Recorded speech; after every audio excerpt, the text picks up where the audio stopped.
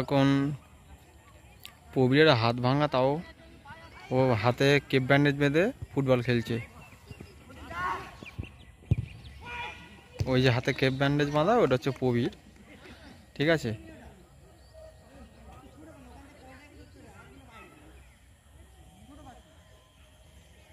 আর এই মাঠটাই আমি প্রত্যেকদিন সকালবেলায় আসি, এখানে ছুটতে আমি আর প্রীতম।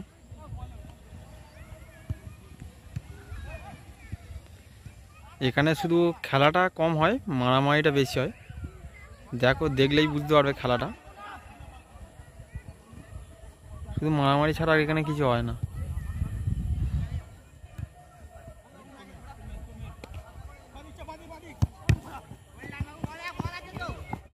আর একেও দেখেছো, ওই লাল গেঞ্জি যে ছেলেটা আছে, ওর নাম হচ্ছে অতনু। ও দেখেছো আমার ভিডিওতে, ও ছিল। অনেকটা বড় মাঠ, কিন্তু হাফ মাঠ করে এটা খেলছে। আর ওখানে সবাই বয়স্করা বসে আছে মোটামুটি, মানে ক্যামেরাটার জন্য বুঝতে পারছে না। খেলাটা দেখো,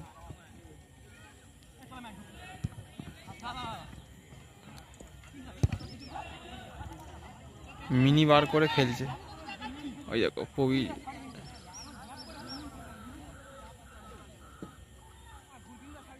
ওই অতনু ব্যাকশট মারছে।